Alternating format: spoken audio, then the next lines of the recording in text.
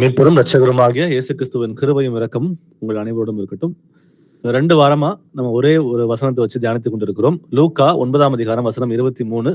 பின்பு அவர் எல்லாரையும் நோக்கி, ஒருவன் என் பின்னே வர விரும்பினால் அவன் தன்னைத்தான் வெறுத்து தன் சிலுவையை அனுதினமும் எடுத்துக்கொண்டு என்னை பின்பற்ற கடவன்.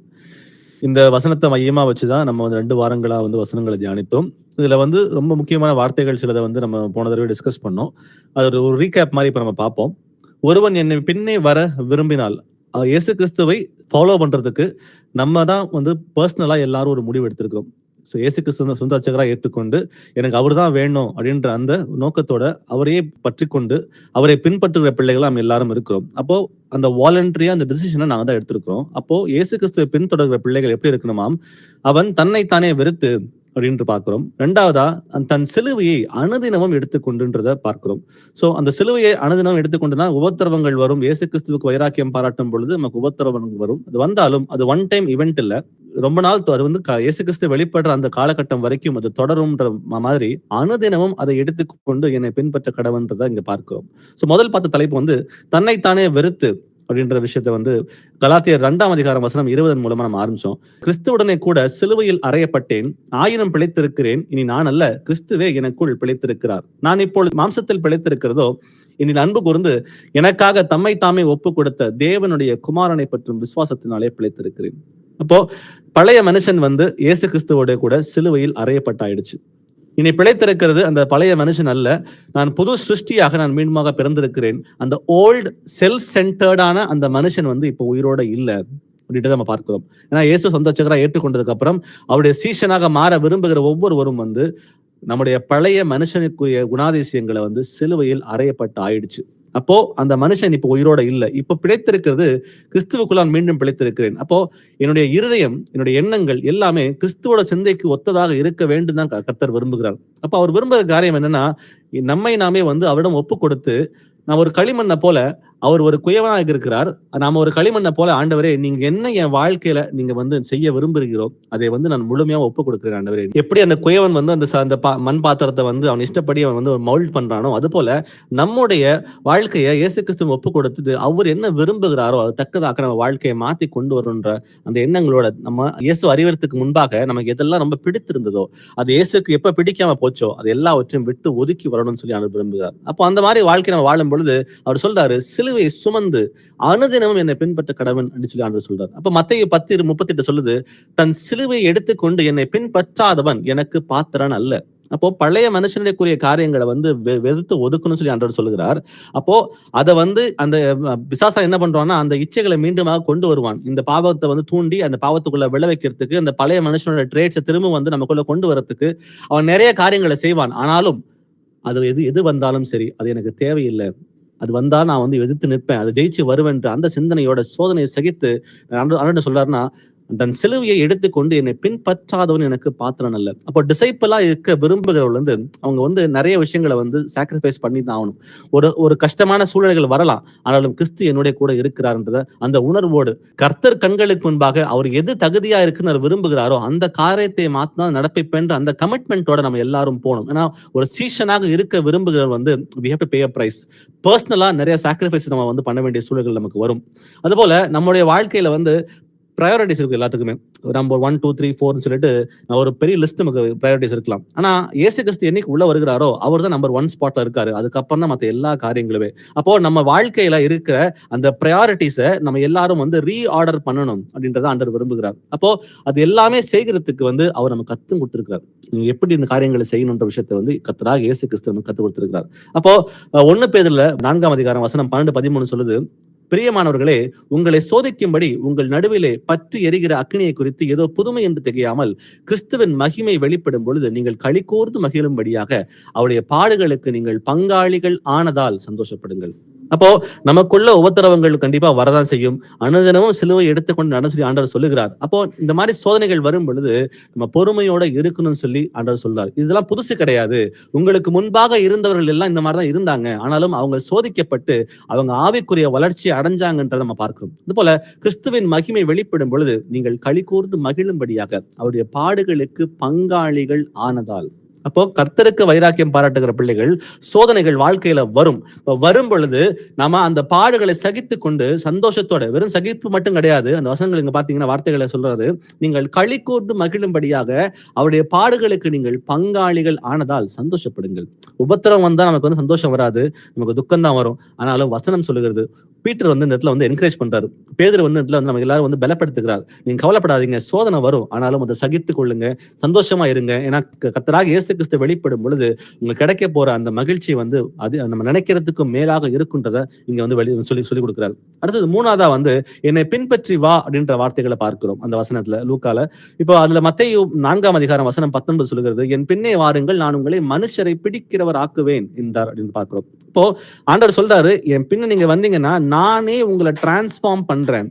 ஸோ இங்கிலீஷ்ல படிச்சு பார்த்தோம்னா ஐ வில் மேக் யூ அப்படின்னு சொல்லப்படுது. அப்போ நம்ம பண்ண வேண்டியது ஒண்ணுதான், ஆண்டவராக இயேசு கிறிஸ்து வந்து ரட்சகராக ஏற்றுக்கொண்டு, ஆண்டவரே நீங்க என் வாழ்க்கையை முழுமையா பொறுப்பெடுத்துக் கொண்டு நீங்க என்ன மவுல்ட் பண்ணுங்க ஆண்டவரேன்னு சொல்லி அவரிடம் ஒப்பு கொடுக்கும் பொழுது நம்முடைய வாழ்க்கையை டிரான்ஸ்ஃபார்ம் பண்றதுக்கு கர்த்தர் ரெடியா இருக்கிறான்ற அந்த வார்த்தைகள் இங்க பார்க்கிறோம். அடுத்ததா நம்ம ஆவியில தான் நடக்கணும், சீஷர்களாக அழைக்கப்பட்ட நம்ம எல்லாரும் ஆவியில் நடக்கணும் விஷயங்களை போன வாரத்துல நம்ம பார்த்தோம். ஸோ இன்னைக்கு நம்ம பார்க்க போற தலைப்பு வந்து எஞ்சி இருக்கிற வாழ்க்கை கர்த்தராக இயேசு கிறிஸ்துவுக்கு உரியது. நம்ம வந்து டிஃப்ரெண்ட் வாக்ஸ் ஆஃப் லைஃப்ல இருந்து வந்திருப்போம். கத்தோலிக்க சபையில வந்திருக்கலாம், வேற சபைகள் வந்திருக்கலாம், இல்ல வந்து பிற மதத்துல நம்ம வந்து உள்ள வந்திருக்கலாம். எப்படி இருந்தாலும் சரி, நம்ம இயேசு சொந்த ரட்சகரை ஏற்றுக்கொண்டிருக்கிறோம். இப்ப ஏற்றுக்கொண்டிருக்க இந்த காலகட்டத்துல நம்ம நிறைய ப்ரையாரிட்டிஸை ரீஆர்டர் பண்ணியிருப்போம். ஆனாலும் கர்த்தர் விரும்புகிறது, நான் பரிசுத்தர் ஆகையால் நீங்கள் உங்கள் நடக்கைகள் எல்லாவற்றிலையும் பரிசுத்தராய் இருங்கள் அப்படின்னு சொல்லி அவர் நம்ம அழைக்கிறார். அப்போ நம்ம வாழ்க்கையில் நம்ம எப்படி இருக்கிறோம்? அவருக்கு பிரியமான காரியங்கள் நடப்பித்துக் கொண்டிருக்கிறோமா, இல்ல இன்னும் கூட இந்த உலகத்துக்கு இன்னும் ஒத்த வேஷம் தரிச்சு கொண்டிருக்கிறோமா, இல்ல அந்த பழைய மனுஷனை வந்து நான் இன்னும் மாத்தாம அந்த பழைய மனுஷனோட சுபாவ எண்ணங்கள் இன்னும் ஏதாவது என்கிட்ட ஒட்டிட்டு இருக்கிறான்றதை நிதானித்து பார்ப்போம். எப்படி இருந்தாலும் சரி, கர்த்தர் வெளிப்பட போகிறார். அவர் வெளிப்பட போற காலகட்டம் ரொம்ப அருகில் இருக்கு, நம்ம எல்லாருக்கும் தெரியும். அப்ப அவர் வரும் பொழுது நம்ம அவர் பரிசுத்தமுள்ள தேவனா இருக்கிறதே, அவரு நாமும் பரிசுத்தமுள்ளவரா இருந்தா மட்டும்தான் தரிசிக்க முடியும். அப்போ எஞ்சி இருக்கிற இந்த வாழ்க்கை அவருக்கு உரிய வாழ்க்கை. அப்ப அவர் என்ன விரும்புகிறாரோ அதை மாத்திரமே நம்ம நடப்பிக்கணும்னு சொல்லி கர்த்தர் நம்மை அழைக்கிறார். அதுக்குரிய வசனங்களை தியானித்து பார்ப்போம். லூக்கா 14ஆம் அதிகாரம் வசனங்கள் 28 முதல் 30 வரை. லூக் 14:28-30. உங்களில் ஒருவன் ஒரு கோபுரத்தை கட்ட மனதாயிருந்து அஸ்திபாரம் போட்ட பின்பு முடிக்க திராணி இல்லாமற் போனால் பார்க்கிறவர்கள் எல்லாரும், இந்த மனுஷன் கட்ட தொடங்கி முடிக்க திராணி இல்லாமற் போனான் என்று சொல்லி தன்னை பரியாசம் பண்ணாதபடிக்கு அதை கட்டி தீர்க்கிறதற்கு தனக்கு நிர்வாகம் உண்டோ இல்லையோ என்று முன்பு அவன் உட்கார்ந்து செல்லும் செலவை கணக்கு பாராமல் இருப்பானோ? ஆமென். ஆமென். உங்களில் ஒருவன் ஒரு கோபுரத்தை கட்ட மனதாயிருந்து. அப்போ நம்ம வந்து கர்த்தராகிய இயேசு கிறிஸ்துவை சொந்த ரட்சகராக ஏற்றுக்கொண்டிருக்கிறோம். நம்ம வந்து உள்ள கமிட்மெண்ட்குள்ள வந்துட்டோம். இது ஒரு சீரியஸ் கமிட்மெண்ட். ஏன்னா சீஷனாக மாற வேண்டும் என்று தான் கர்த்தர் நம்மை அழைக்கிறார். ஒரு விசுவாசியாவே இருந்து விசுவாசியாவே மரிக்கிறதுக்கு நம்ம யாரும் அழைக்கப்படவே இல்லை. ஆகையால் நீங்கள் புறப்பட்டு போய் சகல ஜாதிகளையும் சீஷராக்கி அப்படின்றத நமக்கு வந்து கர்த்தராகிய இயேசு கிறிஸ்து பரமேறுவதற்கு முன்பாக சீஷர்களை பார்த்து கொடுத்த கட்டளை. ஒரு சீசனை உருவாக்க வேண்டியதுதான் நம்ம எல்லாருடைய கடமையா இருக்கிறது. நம்ம எல்லாரும் கூடியிருக்கிற எல்லாரும் வெறும் சாதாரணமான விசுவாசிகள் அல்ல, நம்ம எல்லாரும் சீஷர்களாக மாற வேண்டும். அப்போ அது ஒரு சீரியஸான ஒரு கமிட்மெண்ட். அந்த கமிட்மெண்ட் வந்து உள்ள வரும் பொழுது நிறைய சாக்ரிஃபைஸ் நம்ம பண்ண வேண்டியதா இருக்கும், நிறைய சேலஞ்சஸ் நமக்குள்ள இருக்கும். அதான் வசனம் சொல்றது போல, ஒருவன் ஒரு கோபுரத்தை கட்ட மனதா இருந்து அப்படின்னா ஒரு பிளான் பண்றான். நான் வந்து கிட்ட பணம் இருக்கு, ஒரு இடத்தை கட்ட வந்து பிளான் பண்றான் அப்படின்னா அதுக்குள்ள ஒரு கம்ப்ளீட்டா இறங்கிட்டான் அப்படின்னா that needs lot of commitment. அது போல வசனம் 29 சொல்லுகிறது, அஸ்திவாரம் போட்ட பின்பு முடிக்க திராணி இல்லாமல் போனால் பார்க்கிறவர்கள் எல்லாரும் அப்படின்னு பார்க்கிறோம். இப்போ நம்ம வந்து அது மட்டும் இல்லாம இந்த மனுஷன் கட்ட தொடங்கி முடிக்க திராணி இல்லாமல் போனான் என்று சொல்ல தன்னை பரியாசம் பண்ணாதபடின்றதை பார்க்கிறோம். இப்போ நான் ஒரு முடிவு எடுத்துட்டேன், இயேசு கிறிஸ்துக்கு ஒரு சாட்சியுள்ள வாழ்க்கையை வாழ்வென்றது அவர் நாமத்துல ஞானஸ்நானம் பெறும் பொழுது நம்ம எல்லாரும் ஒரு விசுவாச அறிக்கை செய்திருக்கிறோம். எது நடந்தாலும் சரி கடைசி வரைக்கும் இயேசுக்கு நான் சாட்சியா வாழ்வேன். அப்ப சாட்சியா வாழ்றது வெறும் வாய் வார்த்தையாக மாத்திரமல்ல, நான் செய்கிற ஒவ்வொரு காரியத்திலையும் பக்தி விருத்தி இருக்குதா, மற்றவங்க பார்க்கும் பொழுது இயேசு கிறிஸ்துவன் நாம கமிட் பண்ணது போல என்னை பார்க்கும் போது கிறிஸ்து கிறிஸ்துவ போல இவங்க இருக்கிறாங்களான்றத நம்ம மற்றவங்க பார்த்து உணர்றாங்களா அப்படின்றத அந்த எண்ணங்களோட நம்ம வந்து வெறும் வாய் வார்த்தையா மாத்திரம் இல்லாம நம்ம செய்யற ஒவ்வொரு காரியமும் மத்தவங்க எல்லாரும் பாக்குறாங்க, அவங்க பார்த்து வந்து இயேசுவோட நாமம் வந்து என்னால மகிமை தான் படுது அப்படின்ற கேரண்டி நம்ம எல்லாருக்கும் வேணும். ஏன்னா அப்படி இல்லை அப்படின்னா மத்தவங்க நம்மளை பார்த்து சொல்லுவாங்க, இவங்க வந்து கட்ட தொடங்கி முடிக்க திராணி இல்லாமல் போனால் என்று சொல்ல தன்னை பரியாசம் பண்ணாதபடிக்கு. அப்ப என்னோட சாட்சியுள்ள வாழ்க்கை நான் பரலோகத்துக்கு போகிறதுக்கு மாத்திரம் அல்ல, மற்றவங்களுக்கும் வந்து அது எடுத்துக்காட்டு உள்ள வாழ்க்கையா இருக்கு. அதான் தலைப்பு இன்னைக்கு பார்த்தது போல, எஞ்சி இருக்கும் வாழ்க்கை கர்த்தருக்குரிய வாழ்க்கை. அவர் என்ன விரும்புகிறாரோ அதை மாத்திரம்தான் என் வாழ்க்கையில நான் நடப்பிப்பேன். நான் செய்கிற ஒவ்வொரு காரியம் கர்த்தராகிய இயேசு கிறிஸ்துவின் நாமம் மகிமைப்படக்கூடிய காரியம் மாத்திரம்தான் இருக்கணும்னு தான் ஒரு சீஷனுக்கு அழைப்பு இருக்கிறது.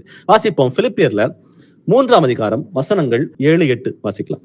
ஆகிலும் எனக்கு லாபமாய் இருந்தவைகள் எவைகளோ அவைகளை கிறிஸ்துவுக்காக நஷ்டம் என்று எண்ணினேன். அது மாத்திரமல்ல, என் கர்த்தராகிய கிறிஸ்து இயேசுவை அறிகிற அறிவின் மேன்மைக்காக எல்லாவற்றையும் நஷ்டம் என்று எண்ணிக்கொண்டிருக்கிறேன்.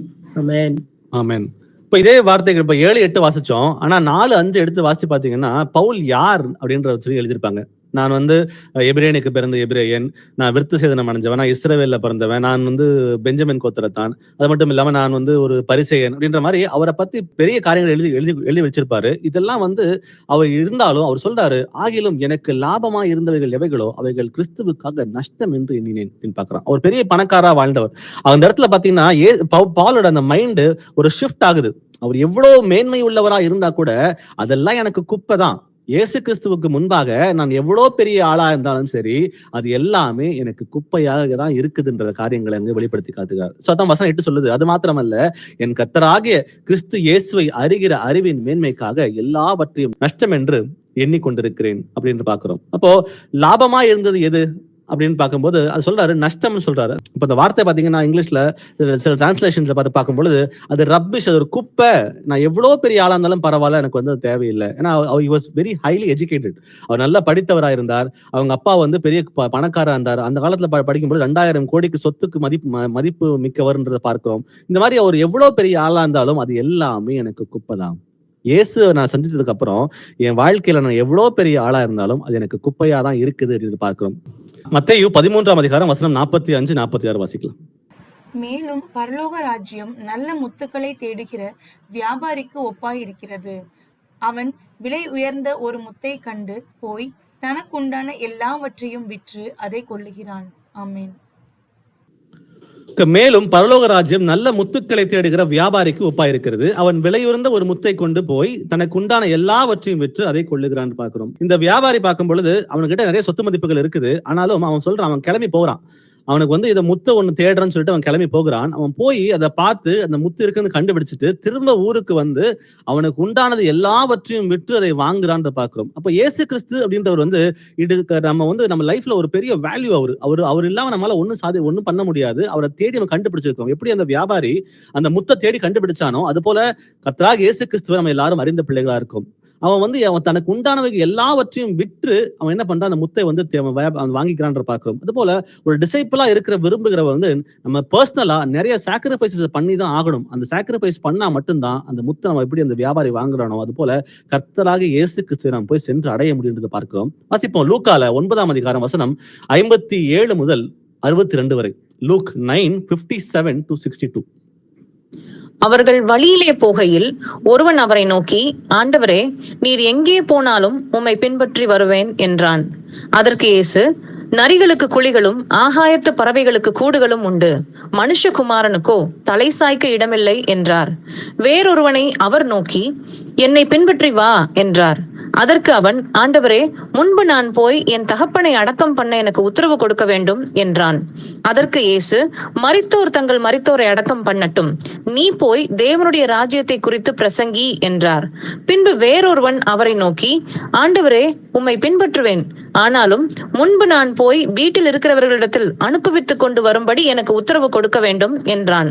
அதற்கு இயேசு, கலப்பையின் மேல் தன் கையை வைத்து பின்னிட்டு பார்க்கிற எவனும் தேவனுடைய ராஜ்யத்துக்கு தகுதி உள்ளவன் அல்ல என்றார். ஆமென். அவர்கள் வழியிலே போகையில் ஒருவன் அவரை நோக்கின்றது பார்க்கிறோம். இங்க 3 சினாரியோ நம்ம பார்க்கிறோம். முதல் சினாரியோ ஆண்டவர் நடந்து போயிட்டு இருக்காரு. அப்போ ஒரு மனுஷன் பார்த்து சொல்றான், ஒருவன் அவரை நோக்கி, ஆண்டவரே, நீர் எங்கே போனாலும் உம்மை பின்பற்றி வருவேன் அப்படின்னு சொல்லி ஆண்டவர்கிட்ட சொல்றான். அப்ப அதுக்கு ஆண்டவர் சொல்றாரு, நரிகளுக்கு குழிகளும் ஆகாயத்து பறவைகளுக்கு கூடுகளும் உண்டு, மனுஷகுமாரனுக்கு தலை சாய்க்கவும் இடமில்லை. அப்ப இயேசு கிறிஸ்துவ பின்தொடர்ந்து போனா எனக்கு தங்க இடம் கிடைக்கும், எனக்கு நல்ல வியாபாரம் கிடைக்கும், நல்ல தொழில் கிடைக்கும்னு சொல்லிட்டு அந்த பணத்துக்காகவோ இடத்துக்காகவோ சொல்லி அவன் தேடுறான் நினைச்சிட்டு ஆண்டவர் சொல்றாரு, நரிகளுக்கு குழிகளும் ஆகாயத்து பறவைகளுக்கு கூடுகளும் உண்டு, எனக்கோ தலை சாய்க்கும் இடம் இல்லைன்னு சொல்லிட்டு அங்க சொல்லி முடிக்கிறார். 2வதா இயேசு கூப்பிடுறாரு இன்னொருத்தனை. வேறொருவனை அவர் நோக்கி, என்னை பின்பற்றி வா அப்படின்னு சொல்லி அழைப்பு அவர் விளக்கும் போது அந்த மனுஷன் சொல்றான், அதற்கு அவன், ஆண்டவரே, முன்பு நான் போய் என் தகப்பனை அடக்கம் பண்ண எனக்கு உத்தரவு கொடுக்க வேண்டும். அவங்க அப்பா வந்து உயிரோட இருக்காரா இல்ல மரிச்சாரான்ற விஷயம் நமக்கு தெரியாது. ஆனாலும் அவன் என்ன பண்றான், ஆண்டவர் அழைத்த அழைப்புக்கு புரிஞ்சுக்கிட்டு, ஆண்டவரே நான் போயிட்டு எங்க அப்பாவை மட்டும் அடக்கம் பண்ணிட்டு வந்துடுறேன். ஏன்னா ஒரு மகனுக்கு வந்து ஒரு பெரிய கடமை என்னன்னா, பெத்தவங்க இறக்குறப்போ அவங்க அடக்கம் பண்ண வேண்டியது. அந்த கடமையை கூட ஆண்டவர் என்ன சொல்றாருன்னா, அதை விட முக்கியமானது என்னன்னா, இயேசுவோட ராஜ்யத்தை போய் பிரசங்கிக்கிறது தான் ஒரு பெரிய முக்கியமான காரியமா இருக்குன்றது ஆண்டவர் சொல்றாரு. வசனம் 60 சொல்லுது, மரித்தோர் தங்கள் மரித்தோரை அடக்கம் பண்ணட்டும், நீ போய் தேவனுடைய ராஜ்யத்தை குறித்து பிரசங்கி என்றான். அப்ப ஆவியில வந்து மரிச்சவங்க, மாம்சத்துல மரிச்சவங்களை போய் அடக்கம் பண்ணிக்குவாங்க, நீ போய் ராஜ்யத்தோட சுவிசேஷத்தை வெளியே அறிவின்னு சொல்றாரு. மூன்றாவது காரியமா பார்க்கும் பொழுது, வேறொருவன் அவரை நோக்கி, ஆண்டவரே, உம்மை பின்பற்றுவேன், ஆனாலும் முன்பு போய் நான் வீட்டில் இருக்கிற இடத்தில் அனுப்பி வைத்துக் கொண்டு வரும்படி எனக்கு உத்தரவு கொடுக்க வேண்டும். இப்ப இங்க பாத்தீங்கன்னா, அவன் கமிட்மெண்ட்குள்ள வந்துட்டான். ஆண்டவரே, நான் சொந்த வச்சவரை ஏற்றுக்கிறேன் ஆண்டவரே, நான் வந்து உங்களை பின்பற்றுறேன் ஆண்டவரே. ஆனாலும் அதை சொல்லி முடிச்சுட்டு அவன் சொல்றானா, தள்ளி போடுறான்.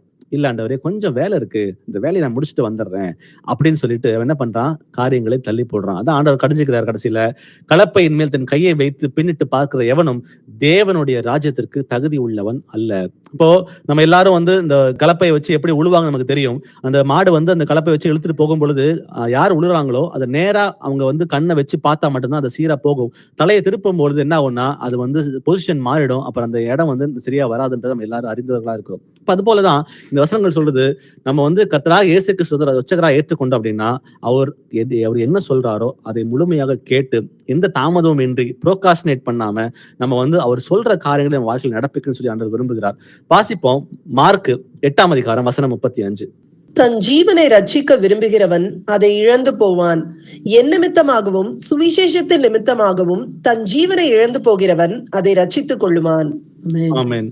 சோ இந்த உலகத்துல நம்ம வந்து இயேசுவை அறியறதுக்கு முன்பாக நம்மளோட ஜீவன் என்னவா இருந்துச்சு அப்படின்னா, இந்த உலகத்துக்குரிய காரியங்கள், நம்ம அதுக்குரிய செல்வாக்கு, பொருளாசை, இந்த மாதிரி இந்த உலகத்துக்குரிய காரியங்களை வந்து நம்ம நாட்டம் செலுத்தி கொண்டிருந்தோம். ஆனா ஆண்டவர் வந்ததுக்கு அப்புறம் அது நமக்கு தேவையில்லை, இவர் தான் நமக்கு முக்கியன்ற விஷயத்துக்கு புரிஞ்சுக்கிட்டோம். ஆனாலும் அவரை அறிந்த பிறகும் கூட நம்ம இன்னமும் இந்த உலகத்துக்கு ஒத்த விஷயம் தரிச்சுக்கிட்டு, நான் இன்னும் எப்படி பெட்டரா வந்து இந்த உலகத்துல வந்து செல்வாக்கா வாழ்றது, எப்படி இன்னும் அதிகமாக பணம் சம்பாதிக்கிறது, அந்த மாதிரி அந்த உலக தேவைகளுக்கு பின்பற்றி போனா அப்படின்னா, ஆண்டவர் சொல்றாரு இங்க, ஜீவனை ரட்சிக்க விரும்புகிறவன் அதை இழந்து போவான்.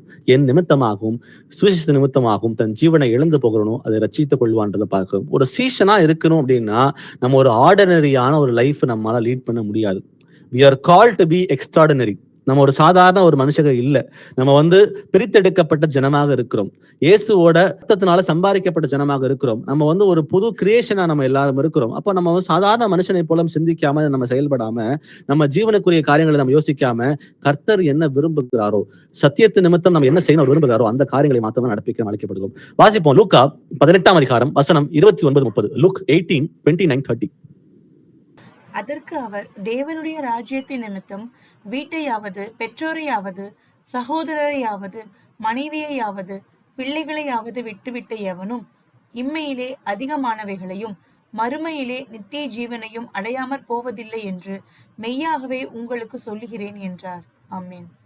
தேவனுடைய ராஜ்யத்தின் நிமித்தம் வீட்டையாவது, பெற்றோரையாவது, சகோதரனையாவது, மனைவியாவது, பிள்ளைகளையாவது விட்டுவிட்ட எவனும் அப்படின்னு பார்க்கிறோம். இப்போ நமக்கு ப்ரையாரிட்டிஸ் வந்து எங்க அப்பா தான் எனக்கு முக்கியம், எங்க அம்மா தான் எனக்கு முக்கியம், என் பிள்ளை தான் எனக்கு முக்கியம், மனைவி தான் முக்கியம் சொல்லிட்டு அவங்கள முன்னிலைப்படுத்திட்டு இயேசு கிறிஸ்து 2ஆம் படியிலோ 3ஆம் படியிலோ 5ஆம் படியிலோ ஒரு காலகட்டத்துல இருந்திருக்க வாய்ப்பு இருக்கு. ஆனா முழு இருதயத்தோடும், முழு ஆத்மாவோடும், முழு மனதோடும், முழு வலிமையோடும் கர்த்தர் மீது அன்பு கூறுவாயாக. இதுதான் பிரதான கற்பனை. அப்போ இந்த பிரதான கற்பனைக்கு நம்ம எல்லாரும் வந்து கட்டுப்பட்டு தான் ஆகணும் அப்படின்றது நம்ம எல்லாருக்கும் தெரியும். அப்போ கர்த்தரை முன்னிலைப்படுத்தாம, கர்த்தரை விட்டுட்டு வேற எதை முன்னிலைப்படுத்தினாலும் அது பேரு சிலை வழிபாடு. அந்த முதலாம் கற்பனைக்கு நம்ம வந்து விரோதமாக நடக்கிற சூழ்நிலைகள் வருகிறது. அப்போ இது ஆண்டவர் வந்து ஒரு அப்பாவையோ, அம்மாவையோ, மகனையோ, மகளையோ, பெற்றோரையோ அவர் வந்து மறுதளிச்சோ அவங்களை வந்து விட்டுட்டு போக சொல்ல, அவங்க மீது அன்பு கூற வேண்டியது. ஏன்னா தாய் பெற்றோர்களை கணம் பண்ண வேண்டும் தான் கர்த்தர் சொல்லுகிறார். அப்போ அந்த மாதிரி இருக்கும்போது அவங்களை விட்டுட்டு ஒதுக்குன்னு சொல்லி ஆண்டவர் சொல்லல, என்ன நீ முன்னிலைப்படுத்து, அதுக்கப்புறம் மத்தவங்க இடத்துல வெயின் தான் நமக்கு சொல்லுகிறார். அப்படி செய்யும் பொழுது சொல்றாரு, இம்மையிலே அதிகமானவைகளையும் மறுமையில் நித்திய ஜீவனையும் அடையாமற் போவதில்லை என்று மெய்யாகவே உங்களுக்கு சொல்லுகிறேன். நம்ம கர்த்தருக்காக நம்ம படுகிற ஒவ்வொரு பிரயாசமும் சரி, அவருக்காக நம்ம எந்த சாக்ரிஃபைஸ் நம்ம எடுத்தாலும் சரி, அது எல்லாவற்றுக்கும் வந்து பலன் உண்டு. அவர் சொல்றாரு, நான் வரும் பொழுது உன்னுடைய பலன் என்னுடைய கூட வருகிறது, அப்போ அது ஒரு விருதாவாய் போகிறதே இல்ல. நம்ம படுகிற பிரயாசம் வந்து ஒருபோதும் விருதாவா போக போறதே கிடையவே கிடையாது. அதனால அவர் சொல்றது போல அவரை முன்னிலைப்படுத்திட்டு மத்த எல்லா காரியங்களையும் நம்ம வந்து செகண்டரியா வச்சா மட்டும்தான் அவரை பிரியப்படுத்தக்கூடிய ஒரு நல்ல சீஷனாக நம்மால மாற முடியும். வாசிப்போம் பிரசங்கி 3ஆம் அதிகாரம் வசனம் 1. ஒவ்வொன்றிற்கும் ஒவ்வொரு காலம் உண்டு. வானத்தின் கீழ் இருக்கிற ஒவ்வொரு காரியத்துக்கும் ஒவ்வொரு சமயம் உண்டு. ஆமென். இப்போ நம்ம வந்து பார்த்த தலைப்பு வந்து எஞ்சிருக்கிற வாழ்க்கை கர்த்தருடைய வாழ்க்கை, அவருக்காக தான் வாழணுன்ற தலைப்புல வந்து சில வசனங்களை தியானித்தோம். இப்ப பார்க்க போறது வந்து சீஷன் அப்படின்றவன் ஒரு பொறுமை உள்ளவனா தான் இருக்கணும்னு தான் அவர் அழைக்கிறார். நான் இம்பல்சிவா நம்ம நிறைய காரியங்களை வந்து பழைய மனுஷனா இருந்த பொழுது நம்ம செஞ்சிருப்போம். நம்ம பொறுமை இருக்காது, நமக்கு ஈகோ இருந்திருக்கும், நமக்கு வந்து கோவம் நிறைய வந்திருக்கும்.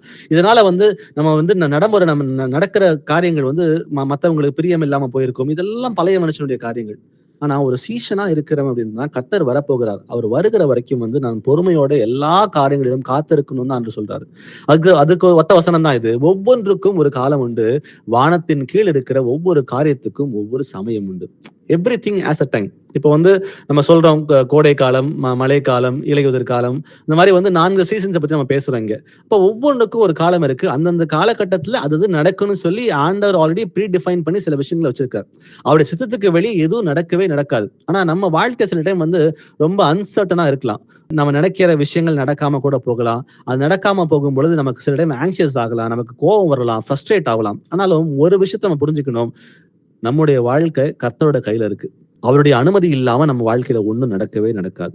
அப்போ அந்த விசுவாசம் நம்ம கிட்ட இருக்கும் பொழுது நம்ம எதை குறித்தும் கவலைப்பட தேவையே இல்லை. ஏன்னா நம்ம கவலைப்படுகிறதுனால ஒரு முலம் கூட்டவோ ஒரு முலம் குறைக்கவோ, வெள்ளையானதை வந்து கருப்பாகவோ கருப்பானதை வெள்ளையாகவோ நம்மளால மாற்ற முடியாதுன்றதை நம்ம எல்லாரும் அறிந்த பிள்ளைகளா இருக்கிறோம். ஆனாலும் அந்த அன்சர்டனிட்டி வரும் பொழுது, ஒரு பிரச்சனைன்னு ஒண்ணு உள்ள வரும் பொழுது நம்ம பொறுமையை சீஷனா இருந்தும் கூட, அவருடைய கட்டளைகளை அறிந்திருந்தும் கூட, அவர் மீது முழுமையான விசுவாசம் வைத்திருந்தும் கூட சில டைம் வந்து அன்சர்டனா ஒரு சிச்சுவேஷன் வரும் பொழுது நம்ம வந்து தடுமாறிடுறோம். ஒரு ஆங்ஷியஸ்னஸ் உள்ள வந்துருது, ஒரு ஃப்ரஸ்ட்ரேஷன் வருது. என்னடா சூழ்நிலை மாறவே மாட்டேங்குது, இவ்வளவு கஷ்டமாவே தான் இருக்குது, நான் கர்த்தரை ஏற்றுக்கொண்டு இருக்கிறேனே, ஆனாலும் பிரச்சனைகள் மாற மாட்டேன்றது பிசாசு உங்ககிட்ட வந்து காதுல சொல்லிட்டு தான் இருப்பான். ஆனாலும் ஆண்டவர் சொல்றாரு, ஒவ்வொன்றுக்கும் ஒரு காலம் உண்டு. ஒரு டைமிங் வந்து மாற போறது கிடையாது. He has perfect timing. அந்த டைமிங்க்கு வந்து நடக்கிற வரைக்கும் சில விஷயங்கள் நம்ம வாழ்க்கையில வந்து ஒரு அனுமதிக்கிறார் அப்படின்னா அது கண்டிப்பா நம்முடைய ஆவிக்குரிய வளர்ச்சி நம்ம அடைவதற்காக அதை அனுமதிக்கிறான்ற விஷயத்தை நம்ம புரிஞ்சுக்கணும். அப்போ இந்த மாதிரி ஒரு ப்ராசஸ், ஒரு விஷயம் நமக்கு பிரச்சனைகள் நம்ம வாழ்க்கையில வரும் பொழுது நம்ம என்ன நடக்குதுன்னா ஒரு டைம் பீரியட், ஒரு பொறுமையான காலகட்டத்தில் நம்ம வெயிட் பண்றோம்னு வச்சுங்களேன். அப்ப என்ன ஆகுது, நம்மளுடைய கேரக்டர் வந்து ரிஃபைன் ஆகுது. நம்ம ஆவிக்குரிய முறையில நம்ம எல்லாரும் நல்லா முன்னேறி வருகிறோம். அப்ப நம்ம விசுவாசம் வளருகிறது. சோ இந்த மாதிரி நன்மையான விஷயங்கள் மட்டும்தான் நம்ம வாழ்க்கை நடக்குதே தவிர அந்த நம்ம ஒரு ஸ்டெப் வந்து வெளியே நின்று பார்த்தோம்னா அது நமக்கு வந்து ஆச்சரியமா இருக்கும். நம்ம வாழ்க்கையிலேயே நிறைய பிரச்சனைகள் நம்ம வாழ்க்கையில ஃபர்ஸ்ட் இருந்திருக்கலாம். ஆனா நம்ம பொறுமையோட அதுக்கு வெயிட் பண்ணும் பொழுது அந்த பிரச்சனைகள் நமக்கு வந்து முடிஞ்சு போய் இன்னைக்கு நம்ம சந்தோஷமா இருக்கிறோம். அது போல இன்னைக்கு இருக்கிற அந்த சின்ன சின்ன பாடுகள் வந்து கண்டிப்பா அது மாற்றம் அடையும். ஆனா அந்த டைம் ஃப்ரேம்ல வந்து நம்ம பொறுமையோடு விசுவாசத்தோடும் இருக்குன்னு சொல்லி ஆண்டவர் நமக்கு அழைக்கிற தேவனா இருக்கிறார். வாசிப்போம் ஏசாயா 40:31. ஐசாயா 40:31. கர்த்தருக்கு காத்திருக்கிறவர்களோ புது பலன் அடைந்து கழுகுகளைப் போல செட்டைகளை அடித்து எழும்புவார்கள். அவர்கள் ஓடினாலும் இளைப்படையார்கள், நடந்தாலும் சோர்ந்து போகார்கள். ஆமென். கர்த்தருக்கு காத்திருக்கிறவர்களோ, வெயிட்டிங் ஃபார் த லார்ட் அப்படின்னு சொல்லி பாக்குறாங்க. அப்போ நம்ம வந்து நம்ம ஜபத்துல வந்து நம்ம எல்லாரும் ஒப்பு கொடுக்குறோம், ஆண்டவரே எனக்குன்னு சுயதனை எது இல்ல ஆண்டவரே, நான் எதையுமே சிந்திச்சு செயல்படுறதுக்கு நான் ரெடியா இல்ல ஆண்டவரே, நீங்க என் வாழ்க்கையில என்ன நடப்பிக்க விரும்புறீங்களோ அதை மட்டும் நீங்க நடப்பீங்க ஆண்டவரேன்னு சொல்லி நம்ம எல்லாரும் ஜெபம் பண்றோம். அப்போ நான் சில வசனங்களை வாசிக்கிறோம்ல, அவருடைய திட்டங்கள் வந்து வான பரியந்தம் எட்டி இருக்கிறது. அப்போ நம்ம பிளான்ஸ் வேற, அவருடைய பிளான்ஸ் வேறன்றதை நம்ம எல்லாருக்கும் தெரியும். அப்போ சில சூழ்நிலைகள் நமக்கு வந்து நம்ம நினைக்கிறதுக்கு விரோதமா ஏதாவது வரும் பொழுது நம்ம என்ன பண்றோம், சில பேர் டிசப்பாயிண்ட் ஆயிடுறோம். ஆனா ஆண்டவர் சொல்றாரு, வெயிட் பண்ணு, பிரச்சனை வந்தாலும் பரவாயில்ல, நீ வெயிட் பண்ணு, என்கிட்ட சரண்டர் ஆகி பேஷன்ஸோட இரு, நான் உன்னை மாத்தி கொடுக்குறேன்னு ஆண்டவர் சொல்லுகிறார். அப்போ நம்ம என்ன அந்த வசனம் சொல்றது போல புது பலன் அடைந்து கழுகுகளை போல செட்டைகளை அடித்து எழும்புவார்கள் அப்படின்னு பார்க்கிறோம். இப்போ கழுகு பார்த்தீங்கன்னா நல்ல உயர பறக்குது. நம்ம மனுஷ கண்களுக்கு நம்ம பாக்குற பிரகாரமாக அல்ல, அது வந்து நல்ல உயர பறந்து தன்னோட பிரே வந்து எங்க இருந்தாலும் அதை வந்து ஷார்ப்பா பார்த்துட்டு தூரத்துல இருந்து கரெக்டா அந்த இடத்த போய் அடிச்சு அந்த பிரே எடுக்கிறதுக்கு வந்து அது கண்களுக்கு வந்து அவ்வளவு ஷார்ப்னஸ் இருக்குன்னு நம்ம பாக்குறோம். அது போல அது வந்து லெவலுக்கு மேலதான் போய் இருக்குது. இப்போ அதே போலதான் நமக்கு ஒரு பிரச்சனைகள் வரும் பொழுது அந்த பிரச்சனைக்குள்ளே உழந்து இல்லாம ஒரு ஸ்டெப் பின்னாடி எடுத்து ஏன் இந்த பிரச்சனையை கர்த்தர் என் வாழ்க்கையில அனுமதிச்சார், இதன் மூலமா நான் என்ன கத்துக்கணும், எனக்கு பொறுமை இல்லாம இருக்குதா, இல்ல எனக்கு வேற ஏதாவது பிரச்சனைகள் இருக்குதா, என் வீக்னஸ் என்னன்னு சொல்லி தெரிஞ்சுக்கிட்டு அந்த வீக்னஸ் ரிஃபைன் பண்றதுக்காக கர்த்தர் சில காரியங்களை வாழ்க்கையில் அனுமதிக்கிறார். அப்ப நம்ம என்ன பண்ணணும்னா அது பொறுமையோட காத்திருந்து அந்த பிரச்சனைகளை புரிஞ்சுக்கிட்டு நம்ம என்ன பண்ணணுமா ஒரு step out of the box thinking சொல்லுவாங்க, ஒரு ஸ்டெப் பின்னாடி எடுத்துட்டு ஒரு பேர்ட்ஸ் ஐ வியூல அந்த பிரச்சனைகளை பார்த்தோம்னா கண்டிப்பா நமக்கு ஒரு சமாதானம் கிடைக்கும். ஏன்னா கர்த்தருக்கு காத்திருக்கிறவர்களோ புதுபலன் அடைந்து கழுகுகளை போல செட்டைகளை அடித்து எழும்புவார்கள், அவர்கள் ஓடினாலும் இளைப்படையார்கள் என்று பார்க்கிறோம். இங்க வாசிப்போம் சங்கீதம் 27:14, Psalms 27:14. கர்த்தருக்கு காத்திரு, அவர் உன் இருதயத்தை ஸ்திரப்படுத்துவார். திடமனதாய் இருந்து கர்த்தருக்கே காத்திரு. ஆமென். கர்த்தருக்கு காத்திரு, திடமனதாயிரு, அவர் உன் இருதயத்தை ஸ்திரப்படுத்துவார், கர்த்தருக்கே காத்திரு. அப்போ நம்ம நினைக்கிற சில விஷயங்கள் நடக்காம போகலாம், ஆனால் கர்த்தரோட அழைப்பு என்னவா இருக்கிறது, அவருக்கு காத்திரு, தைரியமாயிரு. ஏன்னா நம்ம நினைக்கிறது ஒண்ணு, அவரோட பிளான்ஸ் வேறையா இருக்கலாம். நம்ம நினைக்கிற மாதிரி சில காரியங்கள் நடக்காம கூட போகலாம். அதனால சோர்ந்து போகாம அவர் நம்ம வாழ்க்கையில எது செஞ்சாலும் அது சரியாதான் இருக்கும்ன்ற அந்த நம்பிக்கையோட நம்ம ஓடும் பொழுது கண்டிப்பா நம்ம நினைக்கிறதுக்கும் மேலாக நம்ம வாழ்க்கையை மாத்தி தர கர்த்தர் வல்லவராய் இருக்கிறார். ஹபக்குக் 2:3 வாசிக்கலாம். ஹபக்குக் 2:3. குறித்த காலத்துக்கு தரிசனம் இன்னும் வைக்கப்பட்டிருக்கிறது, முடிவிலே அது விளங்கும், அது பொய் சொல்லாது, அது தாமதித்தாலும் அதற்கு காத்திரு, அது நிச்சயமாய் வரும், அது தாமதிப்பதில்லை. ஆமென். ஆமென். சோ சீஷனா இருக்கிறவன் ஒரு பொறுமை உள்ளவனா இருக்குன்றதுக்கு தக்கதாக இந்த வசனங்களை பாத்தீங்கன்னா குறித்த காலத்துக்கு தரிசனம் இன்னும் வைக்கப்பட்டிருக்கிறது. அவருடைய அப்பாயிண்டட் டைம் அப்படின்னு ஒண்ணு இருக்கு, அது ஒரு பர்ஃபெக்டான டைம். அந்த டைம்ல எதுவும் மாற போறது, நமக்கு சில காரியங்கள் வெளிப்படாம புரியாம சில காரியங்கள் இருக்கலாம், அது தாமதமா கூட நமக்கு படலாம். ஆனா அவரோட டைமிங் ஒருபோதும் மாற போறதே கிடையாது. It might feel delayed for us, but அவருக்கு இட்ஸ் a perfect டைம். அப்போ குறித்த காலத்துல சில காரியங்கள் கர்த்தர் வைத்து தான் இருக்கிறார். முடிவிலே அது விளங்கும், அது பொய் சொல்லாது, தாமதித்தாலும் அதற்காக காத்திரு. அப்போ நம்ம விசுவாசிக்கிற சில காரியங்களை சில டைம் அது தாமதமா கூட வரலாம், ஆனாலும் அது தாமதித்தாலும் பரவாயில்ல, கர்த்தர் குறித்த நேரத்துல குறித்த காலத்துல அது எல்லாம் நிறைவேறியே தீரும், அது நிச்சயமாய் வரும், அது தாமதிப்பதில்லை அப்படின்றதான் வசனங்கள் நம்ம சொல்லிக் கொடுக்குது. அப்போ சீஷனா இருக்கிற ஒரு பேனிக் மோடலே இல்லாம ஒரு ஆங்ஷியஸா இல்லாம ஏசப்பா என் லைஃப்ல ஃபுல் கண்ட்ரோல்ல இருக்கார், சில காரியங்களை அவர் அனுமதிக்கிறார், அதை அனுமதிச்சார்னா நான் பேஷண்டோட இருந்து நான் அதை பொறுமையோட இருந்து அந்த விஷயங்களை கடந்து அவர் என்ன மாற்றத்தை என் வாழ்க்கையில கொண்டு வர விரும்புகிறாரோ அந்த மாற்றத்தை கொண்டு வர்றதுக்கு தான் நம்ம யோசிக்கணுமே தவிர அந்த பிரச்சனைக்குள்ளே உழந்திருந்து அதுக்குள்ளே யோசிச்சு இன்னும் பெருசு பண்ணாம அவர்கிட்ட ஒப்பு கொடுத்துட்டு, அதை வசனம் சொல்றது போல எல்லா புத்திக்கும் மேலான தேவ சமாதானம் உங்கள் இருதயங்கள் சிந்தைகளையும் காத்துக்கொள்வது, அவர்கிட்ட ஒப்பு கொடுத்துட்டா போதும், அவர் பார்த்துக்கிறேன்னு சொல்றாரு அப்படின்றத பாக்குறோம். வாசிப்போம் யாக்கோபு 1 வசனங்கள் 3-4 வரை. ஜேம்ஸ் 1:3-4. உங்கள் விசுவாசத்தின் பரீட்சையானது பொறுமையை உண்டாக்கும் என்று அறிந்து அதை மிகுந்த சந்தோஷமாக எண்ணுங்கள். நீங்கள் ஒன்றிலும் குறைவுள்ளவர்களாயிராமல் பூரணராயும் நிறைவுள்ளவர்களாயும் இருக்கும்படி பொறுமையானது பூரண கிரியை செய்ய கடவது. ஆமென். ஆமென். உங்கள் விசுவாசத்தின் பரீட்சையானது அப்படின்னு பார்க்கிறோம். சோ நம்முடைய ஃபெய்த் டெஸ்ட் பண்ணப்படும், அது சோதனைக்குள்ள வரும் அப்படின்னு சொல்கின்றார். அப்போ சோதனை வரும் பொழுது அவர் சொல்றாரு அது உங்களுக்கு பொறுமையை உண்டாக்கும் என்று அறிந்து அதை மிகுந்த சந்தோஷமாக எண்ணுங்கள். அப்போ ஒரு உபத்திரவம் வருது அப்படின்னா நம்ம எல்லாரும் சந்தோஷப்பட மாட்டோம், அதுல கஷ்டம் தான், உபத்திரவம் தான் படுவோம், அது மனசை நோகத்தான் செய்யும். ஆனா வசனம் சொல்றது போல உங்கள் விசுவாசத்தின் பரீட்சையானது பொறுமை உண்டாக்கும் என்றறிந்து அதை மிகுந்த சந்தோஷமாக எண்ணுங்கள். நீங்கள் ஒன்றிலும் குறை உள்ளவர்களாயிராமல் பூரணராயும் நிறை உள்ளவர்களாயும் இருக்கும்படிக்கு பொறுமையானது பூரண கிரியை செய்ய கடவுது. இப்போ அவருக்கு ஒரு டிசைபிளா நம்ம எல்லாரும் இருக்கணும் தான் அவர் விரும்புகிறார். அப்ப டிசைபிளா இருக்கணும்னா ஸ்பிரிச்சுவலி நம்ம மெச்சூர் ஆகணும். நம்ம ஆரம்பத்துல ஒரு குழந்தையா உள்ள வந்தேன், அதுக்கப்புறம் நான் குழந்தை குடிக்கிற பால் குடிக்காம நான் என்ன பண்ணேன், திட உணவு சாப்பிட ஆரம்பிச்சேன். அப்ப கொஞ்சம் கொஞ்சமா வளரதான் ஆண்டவர் கூப்பிடுறாரே தவிர அதே ஸ்டேஜ்ல நான் சில டைம் ஒரு மாதிரி ஸ்டாக்னண்டா நான் வந்துட்டேன். எனக்கு ஒரே தேவனை தெரிஞ்சிருச்சு, ஞானஸ்நானம் வாங்கிட்டேன், எனக்கு வீட்டு சபையில இருக்கிறேன், நான் வாரம் கூடுகைக்கு வரேன், நான் டெய்லி 5 அதிகாரம் பைபிள் படிச்சிடுறேன் அப்படின்னு சொல்லிட்டு அது மட்டும் பத்தல.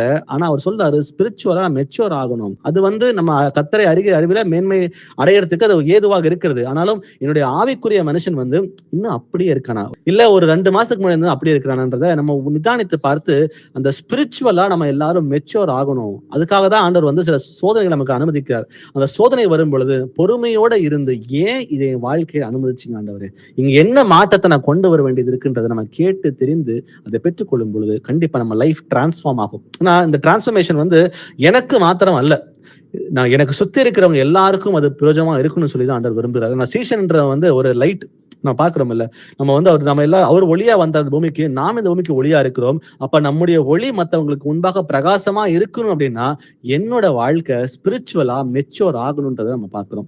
கலாத்தியர் வாசிக்கலாம் 6ஆம் அதிகாரம் வசனம் 9. Galatians 6:9.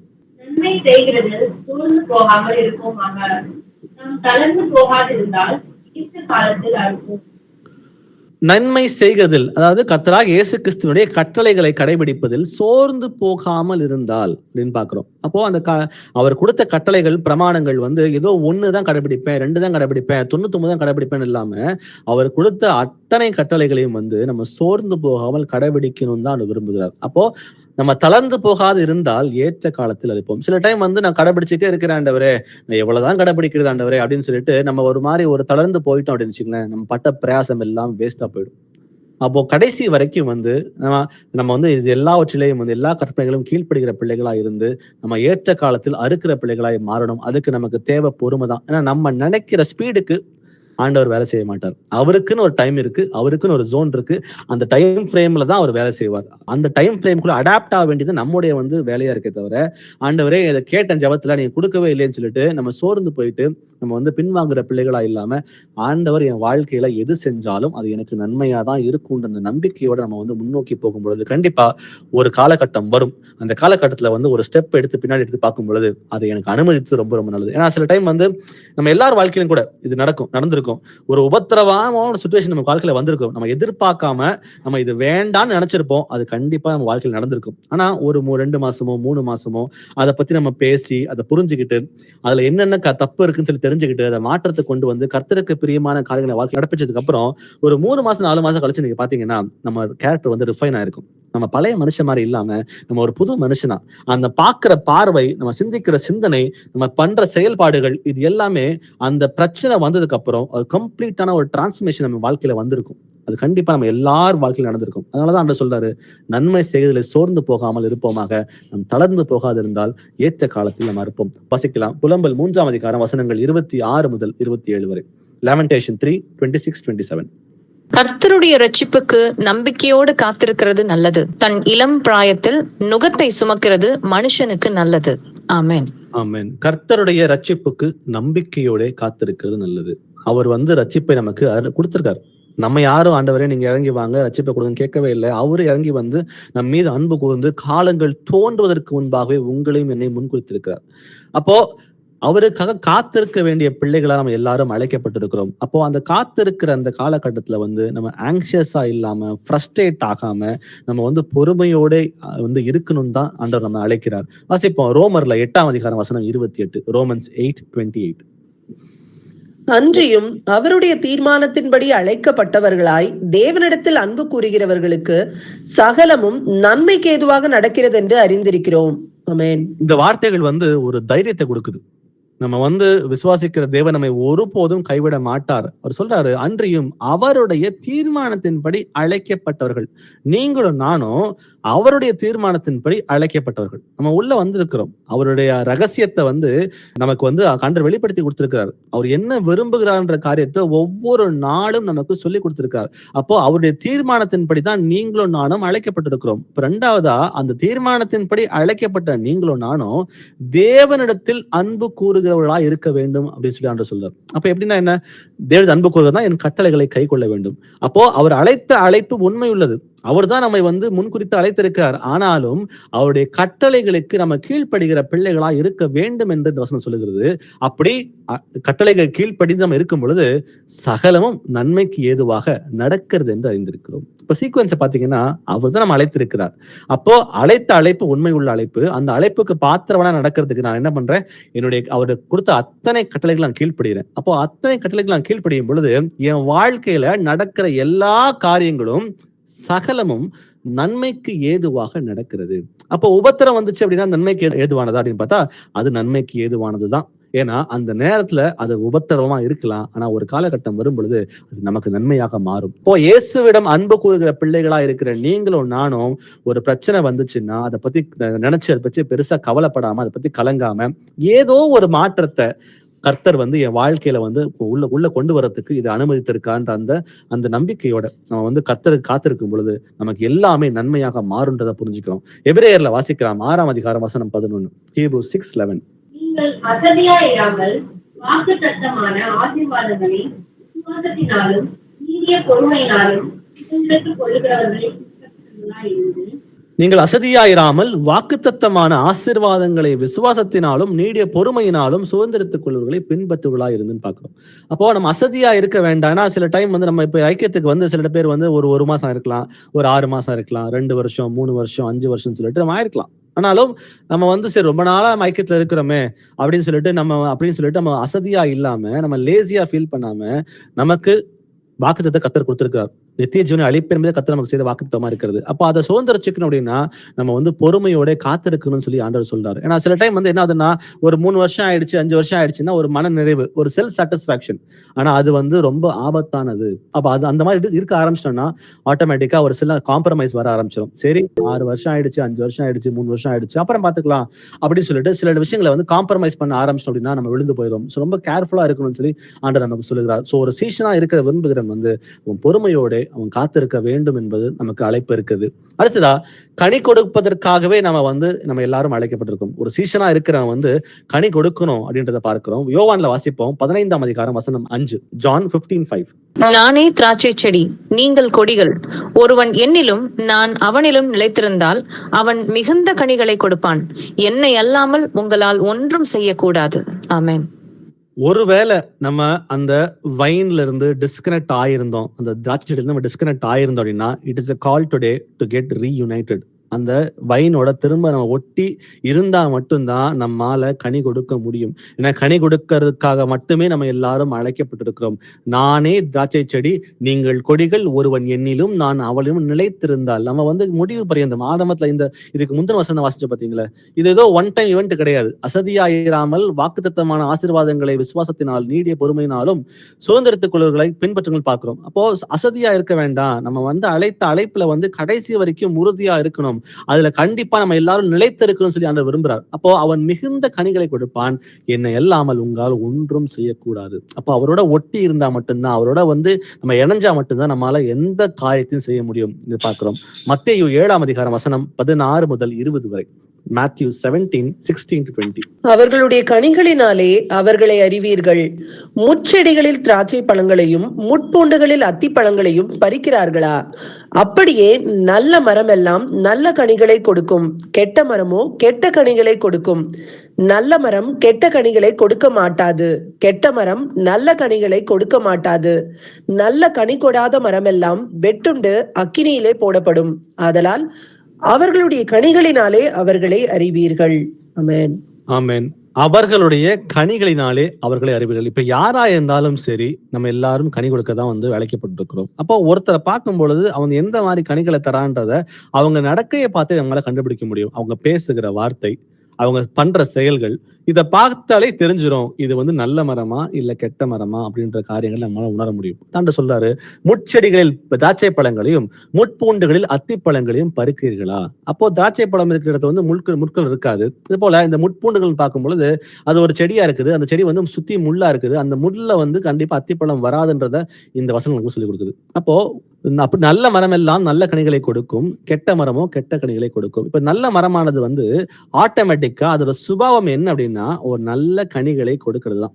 அது கஷ்டப்படவே படாது. ஒரு நல்ல மரம் இருக்கு அப்படின்னா, ஒரு ஆப்பிள் ட்ரீ இருக்குன்னு வச்சுங்களேன், அது நல்ல ஆரோக்கியமான ஒரு ஆப்பிள் மரமா இருக்கு அப்படின்னா அது ஆப்பிளை வந்து கொடுக்கறதுக்கு கஷ்டப்படவே படாது. ஏன்னா அது சாதாரணமா அதுக்குள்ள வந்து வருகிற காரியம் தான். அது போல நாமும் கிறிஸ்து இயேசுக்குள்ள முத்திரை போடப்பட்ட பிள்ளைகளா இருக்கிறோம், ரட்சிக்கப்பட்ட பிள்ளைகளா இருக்கும் அப்படின்னா நமக்குள்ள நன்மையான காரியங்களை வந்து வெளிப்படுத்துவது நம்ம சுபாவத்துல இருந்து அது சாதாரணமா வரணும்னு தான் ஆண்டவர் சொல்றாரு. அது போல அடுத்த வார்த்தைகளை பாத்தீங்கன்னா, கெட்ட மரமோ கெட்ட கனிகளை கொடுக்கும். அப்ப கெட்ட விஷயங்களை வந்து நடப்பிக்கிறவங்க அதை சாதாரணமா நடப்பிப்பாங்க, அதை கஷ்டப்படவே மாட்டாங்க. இப்போ ரெண்டும் வந்து ஒன்றோடு ஒன்று முரண்பட்டு இருக்கிறது. அதான் வசனம் 18 சொல்லுது, நல்ல மரம் கெட்ட கனிகளை கொடுக்க மாட்டாது, கெட்ட மரம் நல்ல கனிகளை கொடுக்க மாட்டாது. ஒன்றுக்கு ஒன்று விரோதமாக இருக்கிறது. நான் நல்ல மரம் அப்படின்னா எனக்குள்ள கெட்ட காரியங்கள் வெளியே வரக்கூடாது. நான் கெட்ட மரமா இருந்தேன்னா எனக்குள்ள நல்ல காரியங்கள் வெளியே வராது. எனக்குள்ள பாதி கெட்டது இருக்கு பாதி நல்லது இருக்கு அப்படின்னா நாமே வஞ்சித்து கொண்டிருக்கிறோம். அப்போ நம்முடைய ஆட்டிடியூட வந்து எக்ஸாமின் பண்ணி பார்ப்போம். நம்முடைய ஆக்ஷன்ஸ், நம்முடைய ப்ரையாரிட்டிஸ் என்ன இருக்குது, அது இயேசுக்கு ஒத்து இருக்குதா இல்ல வந்து இந்த உலக பிரகாரமாக இருக்குதா அப்படின்றத பார்ப்போம். நான் அவர் சொல்றது போல வசனம் 19 சொல்லுது, நல்ல கனி கூடாத மரங்கள் எல்லாம் வெட்டுண்டு அக்கினியிலே போடப்படும் அப்படின்னு பார்க்கிறோம். அதனால் அவர்களுடைய கனிகளினாலே அவர்களை அறிவீர்கள். இதை ஏன் பாத்தீங்கன்னா வசனம் 16 பார்த்து ஆரம்பிக்கும் போது ஆண்டவர் சொல்றாரு, அவருடைய கனிகளினாலே அவர்களை அறிவீர்கள். வசனம் 20 சொல்லுது, அவருடைய கனிகளினாலே அவர்கள் அறிவீர்கள். அப்போ ஒரே விஷயத்த வந்து எம்பசைஸ் பண்ணி ஆண்டவர் சொல்றார். இது சாதாரணமான விஷயம் இல்லை. அவர் மெய்யாகவே மெய்யாகவே சில வார்த்தைகளை பயன்படுத்த நம்ம வாசிக்கிறோம். அது போல இது ரொம்ப ஒரு முக்கியமான ஒரு காரியமா இருக்குது. எனக்குள்ள நல்லதும் இருக்குது, எனக்குள்ள கெட்டதும் இருக்குது. நான் ரெண்டுமே வந்து கலந்து செய்வேன் அப்படின்னா நான் இன்னும் கெட்ட மரமாவா தான் இருக்கிறேன்றதை நம்ம புரிஞ்சுக்கணும். ஆனா கெட்ட மரம் வந்து அக்கினியிலே போடப்படுற வார்த்தைகளை பார்க்கிறோம். வாசிப்போம் கொலோசியர்ல 1ஆம் அதிகாரம் வசனம் 10. கொலோசியன்ஸ் 1:10. சகலவித நற்கிரியைகளும் ஆகிய கனிகளை தந்து தேவனை அறிகிற அறிவில் விருத்தி அடைந்து கர்த்தருக்கு பிரியமுண்டாக அவருக்கு பாத்திரராய் நடந்து கொள்ளும். சகலவித நற்கிரியைகளுமாய கனிகளை தந்து அப்படின்னு பாக்குறோம். தேவனை அறிகிற அறிவில் விருத்தி அடைந்து கர்த்தருக்கு பிரியமுண்டாக அவருக்கு பாத்திரராய் நடந்து கொள்ள வேண்டும். அப்போ நம்ம செய்கிற காரியங்கள் வந்து இது கர்த்தருக்கு பிரியமா இருக்குமா, இது அது வர்த்தியா இருக்குமா இருக்காதான்றத நம்ம நிதானித்து செஞ்சா மட்டும்தான் நல்ல கனிகளை நம்மால கொடுக்க முடியும். அதுதான் அவர் பிளீசிங், அவர் விரும்புகிறது அதுதான். அவருக்கே பிரியமுண்டான காரியங்களை மாத்திரமே நடப்பிக்க நம்ம அழைக்கப்பட்டிருக்கிறோம். வாசிப்போம் யாக்கோபு 3ஆம் அதிகாரம் வசனம் 17. ஜேம்ஸ் 3:17. பரத்திலிருந்து வருகிற ஞானமோ முதலாவது சுத்தமுள்ளதாயும் பின்பு சமாதானமும் சாந்தமும் இணக்கமும் உள்ளதாயும் இரக்கத்தாலும் நற்கனிகளாலும் நிறைந்ததாயும் பட்சபாதம் இல்லாததாயும் மாயமற்றதாயும் இருக்கிறது. ஆமென். ஆமென். ஸோ ஜேம்ஸ் வந்து சில குவாலிட்டிஸ் வந்து லிஸ்ட் பண்றாரு இந்த இடத்துல. ஒரு ஸ்பிரிச்சுவலா ஒரு மெச்சோர்டா இருக்க வேண்டிய ஒரு சீஷன் வந்து ஆவிக்குரிய முறையில வளர்ந்த ஒரு சீஷன் எப்படி இருக்கணும்ன்றத வந்து ஒரு குவாலிட்டி ஆஃப் லிஸ்ட்டை வந்து இங்க அவர் போடுறாரு. இதே லிஸ்ட் தான் வந்து மத்தேயு 5ஆம் அதிகாரத்துல கர்த்தராகிய இயேசு கிறிஸ்துவும் பேசுறாரு. அந்த வசனங்களை எடுத்துக்கலாம். இப்போ முதல்ல வாசிப்போம். பரத்திலிருந்து வருகிற ஞானமும் முதலாவது சுத்தம் உள்ளதாயும் இது பார்க்கிறோம். மத்தேயு 5ஆம் அதிகாரம் வசனம் எடுத்து வாசிக்கலாங்களா? மேத்யூ 5:8. இருதயத்தில் சுத்தமுள்ளவர்கள் பாக்கியவான்கள், அவர்கள் தேவனை தரிசிப்பார்கள். ஆமென். ஆமென். இப்போ முதல்ல யாக்கோபு 3ஆம் அதிகாரம் வசனம் 17 சொல்றாரு, முதலாவது சுத்தம் உள்ளதாயும். அதேதான் இயேசு கிறிஸ்துவும் பேசுறாரு மத்தேயு 5ஆம் அதிகாரம் வசனம் 8. இருதயத்துல சுத்தம் உள்ளவர்கள் பாக்கியவான்கள். அப்போ என் இருதயத்துல வந்து சுத்தமா இருக்கிறேனா இல்ல அசுத்தம் இருக்குதா? அசுத்தம் இருந்துச்சுன்னா நான் ஒருபோதும் கர்த்தரை தரிசிக்கிறதுக்கு வாய்ப்புகளே இல்லை அப்படின்னு நம்ம புரிஞ்சுக்கிறோம். அடுத்ததா பாத்தீங்கன்னா சமாதானம் அப்படின்னு பாக்குறோம். மத்தேயு 5ஆம் அதிகாரம் வசனம் 9 வாசிக்கிறோம். மேத்யூ 5:9. சமாதானம் பண்ணுகிறவர்கள் பாக்கியவான்கள், அவர்கள் தேவனுடைய புத்திரர் எனப்படுவார்கள். ஆமென். ஆமென். சோ யாக்கோபு சொல்ற காரியம் சமாதானம். இயேசு கிறிஸ்து அதேதான் பேசுறாரு, சமாதானம் பண்ணுகிறவர்கள் பாக்கியவான்கள் அப்படின்ற வார்த்தைகளை இங்க பார்க்கிறோம். அப்போ நான் பேசும் பொழுது என்னுடைய வார்த்தைகள் வந்து மத்தவங்களுக்கு சமாதானத்தை உண்டு பண்ணுகிறதா இல்ல வந்து அந்த இடத்துல வந்து அந்த இன்ட்ராக்ஷன் வந்து பாத்தீங்கன்னா நம்முடைய ரிலேஷன்ஷிப்பை கெடுக்குதா? நம்ம வந்து ஒருவருக்கு ஒருவர் விட்டு கொடுத்து கொண்டு நம்ம என்ன பண்ணோம், we have to be in harmony சொல்லி ஆண்டவர் சொல்றாரு. நம்முடைய உறவுகளை வந்து நம்ம என்ன பண்ணணுமா, ஒருத்தர் வந்து பலப்படுத்தி கொண்டு, நம்ம எல்லாரும் குடும்பமா இருக்கிறோம். நம்ம வந்து கர்த்தருக்குள்ள நம்ம எல்லாரும் ஒரு குடும்பமா இருக்கிறோம் அப்படின்னா ஒருத்தரை ஒருத்தர் பலப்படுத்தி கொண்டு ஊக்கப்படுத்தி கொண்டு தான் வரணும்னு சொல்லி ஆண்டவர் விரும்புகிறார். அப்போ நான் பேசுகிற ஒவ்வொரு வார்த்தையும் வந்து சமாதானத்துக்கு அடுத்த வார்த்தைகளா இருக்குதா இல்ல சமாதானத்தை குலைக்கிற வார்த்தைகளா இருக்குதான்னு நிதானித்து பார்ப்போம். மூன்றாவது காரியமா சாந்தமும் அப்படின்னு பார்க்கிறோம். மத்தேயு 5:5 வாசிக்கலாம். மேத்யூ 5:5. சாந்த குணம் உள்ளவர்கள் பாக்கியவான்கள், அவர்கள் பூமியை சுதந்திரித்துக் கொள்வார்கள். ஆமென். சோ இந்த இடத்துல வந்து சாந்த குணம் உள்ளவர்கள் தான் பூமியை சுதந்திரத்துக் கொள்வார்கள்ன்ற காரியங்களை வந்து கர்த்தராகிய இயேசு கிறிஸ்து வெளிப்படுத்தி காட்டுகிறார். அதுதான் வந்து ஒரு ஸ்பிரிச்சுவலா ஒரு டிசைபிள் வந்து ஒரு மெச்சூர் ஆயிருக்கிறாங்க அப்படின்னா நம்ம எல்லாரும் ஒரு சாந்த குணம் உள்ளவர், எல்லா விதத்திலையும் வந்து ஜென்டிலா ஸ்பிரிச்சுவலா ஒரு மெச்சூர் ஆகி நம்ம எல்லாரும் இருக்கணும்னு சொல்லி சொல்றாங்க. அடுத்ததா இணக்கம் உள்ளதாயும் அப்படின்னு பார்க்கிறோம். மத்தேயு 5:3 வாசிக்கலாம். மேத்யூ 5:3. ஆவியில் எளிமை உள்ளவர்கள் பாக்கியவான்கள், பரலோக ராஜ்யம் அவர்களுடையது. ஆமென். அப்போ ஒரு ஆவியில் எளிமை உள்ளவர்களா இருக்கணும் அப்படின்னா அப்பதான் மத்தவங்க இணங்கி வந்து வேலை செய்ய முடியும். அப்போ I have to be approachable. அப்போ ஒருத்தர் என்கிட்ட பேச வராங்க அப்படின்னா நான் ஓப்பன் ஹேண்டா இருந்துட்டு சரி சொல்லுங்க அப்படின்னு சொல்லி நான் கேட்கணும். அப்போ நானும் கத்துக்கிற சூழ்நிலை எனக்கு கத்துக்கணும், நானும் நிறைய விஷயங்களை கத்துக்கிட்டு நானும் முன்னேறி வரணும் அப்படின்ற அந்த எண்ணங்கள் வந்து எனக்கும் வந்தா மட்டும்தான், மற்றவங்களை வந்து தன்னை விட மேன்மையாக எண்ணுகிற எண்ணங்கள் வந்தா மட்டும்தான் நான் வந்து முன்னேறி வர முடியுன்றத பார்க்கிறோம். அடுத்ததா இரக்கத்தாலும் அப்படின்னு பார்க்கிறோம். 5ஆம் அதிகாரம் 7ஆம் வசனம் வாசிக்கலாம். மேத்யூ 5:7. இரக்கம் உள்ளவர்கள் பாக்கியவான்கள், அவர்கள் இரக்கம் பெறுவார்கள். ஆமென். ஆமென். ஆமென். சோ நான் வந்து கடுமையா இல்லாம மத்தவங்களுக்கு இரக்கம் காட்டணும்னு சொல்லி ஆண்டவர் விரும்புகிறார். அப்போ இரக்கம் நான் காட்டினா மட்டும்தான் எனக்கு இரக்கம் கிடைக்கும். நான் இரக்கம் காட்டாம போனேன்னா எனக்கு இரக்கம் கிடைக்காதுன்றத விஷயங்களையும் புரிஞ்சுக்கிறோம். அடுத்ததா நற்கனிகளாலும் வாசிக்கிறோம். மத்தேயு 5ஆம் அதிகாரம் வசனம் 16 வாசிக்கலாம். மேத்யூ 5:16. இவ்விதமாய் மனுஷர் உங்கள் நற்கிரியைகளை கண்டு பரலோகத்தில் இருக்கிற உங்கள் பிதாவை மகிமைப்படுத்தும்படி உங்கள் வெளிச்சம் அவர்கள் முன்பாக பிரகாசிக்கப்படவது. இப்பதான் டிஸ்கஸ் பண்ணோம். ஒரு சீஷனா இருக்க விரும்புகிறவன் வந்து நல்ல கனிகளை வந்து கொடுக்க வந்து இருக்கணும்னு தான் நம்ம பார்த்துட்டு வந்துட்டு இருக்கோம். அதுதான் வந்து யாக்கோபும் சொல்றாரு, ஆண்டவரும் சொல்றாரு. சோ இவ்விதமாய் மனுஷர் உங்கள் நற்கிரிகளை கண்டு, அப்போ நம்ம செய்கிற ஒவ்வொரு காரியமும் கர்த்தராகிய இயேசு கிறிஸ்துவின் நாமம் மகிமைப்படுதுன்ற விஷயத்த புரிஞ்சுக்கிட்டு நம்ம செயல்பட ஆரம்பிச்சோம் அப்படின்னா நம்ம தாட் ப்ராசஸே கொஞ்சம் வேற மாதிரி இருக்குன்றத இந்த வசனங்கள் மூலம் புரிஞ்சுக்கிறோம். கடைசியா அது பார்க்கும் பொழுது பட்சபாதம் இல்லாததாயும் மாயமற்றதாயும் மத்தேயு 5:6 வாசிக்கலாம். 5:6. நீதியின் மேல் பசிதாகம் உள்ளவர்கள் பாக்கியவான்கள், அவர்கள் திருப்தி அடைவார்கள். ஆமென். ஆமென். சோ நீதியின் மேல் பசிதாகம் உள்ளவர்கள். சோ பட்சபாதம் இல்லாமல் மாயம் இல்லாமல் ஒருத்தரை ஒருத்தர் அன்பு கூர்ந்து கொண்டு நம்ம வரணும். ஒரு சீஷனா இது ரெண்டு ஈக்குவேட் பண்ணி பாருங்க. நீங்க நைட்டு கூட உட்காந்துக்கிட்டு இந்த யாக்கோபு 3ஆம் அதிகாரம் வசனம் 17 மத்தேயு 5ஆம் அதிகாரத்தை ஈக்குவேட் பண்ணி பாருங்க. ஏன்னா ஆண்டவர் சொன்ன அதே காரியத்தை தான் வந்து யாக்கோபு இங்க சொல்லி காட்டுறாரு. சோ நம்ம எல்லாரும் சீஷர்களாக மாறணும். சீஷனா மாறணும் அப்படின்னா சில குவாலிட்டிஸ் நமக்குள்ள வேணும். நம்ம வந்து டேக் இட் ஃபார் கிராண்டடா ஒரு சாதாரணமான ஒரு விசுவாசியா வாழ்றதுக்கு நம்ம யாரும் அழைக்கப்படவில்லை. அறுவடையோ மிகுதி வேலையாட்களோ குறைவுன்றதை பார்க்கிறோம். நம்ம எல்லாருக்கும் ஒரு பெரிய கடமை இருக்கு. நீங்க கேட்டாலும் கேட்காவிட்டாலும் உங்க எல்லாருக்கும் ஒரு வரத்தை கர்த்தர் கொடுத்திருக்கார். அந்த வரத்தை வந்து சபையோட பக்தி விருத்திக்காக நம்ம எல்லாரும் பயன்படுத்தியே தீர வேண்டும். அதை பயன்படுத்தினா மட்டும்தான் சரீர வளர்ச்சி உண்டாகும். அது மட்டும் இல்லாம பர்சனலா நான் வந்து ஒரு சீஷனா இருக்கிறேனா, அந்த ஸ்டாண்டர்டை வந்து நான் மீட் பண்ணிருக்கிறேனா, அந்த வளர்ந்தேறி வந்திருக்கிறேன்றதை நம்ம நிதானித்து பார்ப்போம். சங்கீதம் 1ஆம் அதிகாரம் வசனம் 3 வாசிக்கலாம். Psalms 1:3. அவன் நீர்க்கால்களின் ஓரமாய் நடப்பட்டு தன் காலத்தில் தன் கனியை தந்து இலையுதிராதிருக்கிற மரத்தை போலிருப்பான். அவன் செய்வதெல்லாம் வாய்க்கும். ஆமென். ஆமென். அவன் நீர்க்கால்களின் ஓரமாய் நடப்பட்டு தன் காலத்தில் தன் கனியை தந்துன்னு பாக்குறோம். அப்ப நம்ம எல்லாரும் வந்து கர்த்தராகிய இயேசு கிறிஸ்துவின் வார்த்தையில ரூட்டடா வேரூன்று இருக்கிற பிள்ளைகளா இருக்கிறோம். அப்போ அந்தந்த காலகட்டத்துல வந்து அந்தந்த கனியை வந்து தர்றதுக்கு நம்ம எல்லாரும் அழைக்கத்தான் பட்டிருக்கிறோம். அப்போ நம்ம வந்து இனிஷியலா உள்ள வந்தப்ப நம்ம வந்து விசுவாசிகளா உள்ள வந்தோம். இப்ப வசனங்கள் வாசிக்க ஆரம்பிச்சோம். அப்ப ஸ்பிரிச்சுவலா மெச்சூர் ஆக ஆரம்பிச்சோம். அப்ப மெச்சூர் ஆக ஆரம்பிக்கிறப்ப என்ன ஆகுதுன்னா நமக்கு வந்து உபத்திரவங்கள் வந்து வருது. அந்த உபத்திரவங்கள் வரும்போது நம்ம பொறுமையா இருக்கிறோம். இந்த பொறுமையா இருந்து சகித்து வெளியே வரும் பொழுது கர்த்தர் வெளிப்படுறப்போ நம்ம எல்லாரும் அவர் இருக்கிற வண்ணமாகவே அவர் தரிசிப்பதற்கு நம்ம எல்லாரும் வந்து முற்பட முடியும். வாசிப்போம் லூக்கால 8ஆம் அதிகாரம் வசனம் 15. லூக் 8:15. நல்ல நிலத்தில் விதைக்கப்பட்டவர்கள் வசனத்தை கேட்டு அதை உண்மையும் நன்மையுமான இருதயத்திலே காத்து பொறுமையுடனே பலன் கொடுக்கிறவர்களாய் இருக்கிறார்கள். ஆமென். ஆமென்.